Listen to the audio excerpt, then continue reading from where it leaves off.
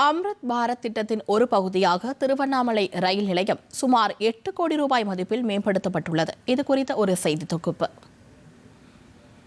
அடையாளப்படுத்தும் வகையில் ரயில் நிலையங்களை நவீனமயங்களாக மாற்றுவதை நோக்கமாக கொண்டு மத்திய அரசு அம்ரித் பாரத் திட்டத்தின் மூலம் நாடு முழுவதும் ரயில் நிலையங்களை மேம்படுத்தப்பட்டு வருகிறது.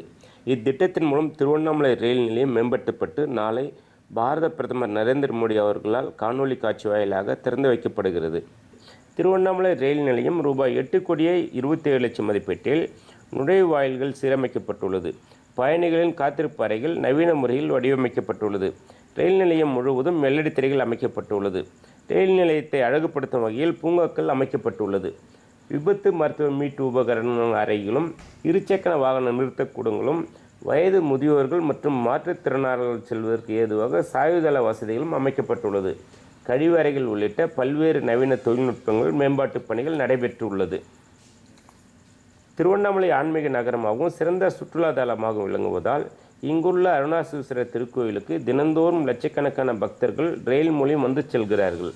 அதே போன்று சிறந்த சுற்றுலா தலமாக விளங்குவதால் பல்வேறு வெளிநாட்டு சுற்றுலா பயணிகளும் ரயில் மூலம் வந்து செல்கிறார்கள். அம்ரித் பாரத் திட்டத்தின் மூலம் திருவண்ணாமலை ரயில் நிலையம் மேம்படுத்தப்பட்டு நவீன வசதிகள் ஏற்படுத்தப்பட்டுள்ளதால் ஆன்மீக பக்தர்களும் சுற்றுலா பயணிகளும் வரவேற்று மத்திய அரசுக்கு நன்றி தெரிவித்துள்ளனர். என் பேர் ஹரிகோவிந்தன், திருவண்ணாமலை.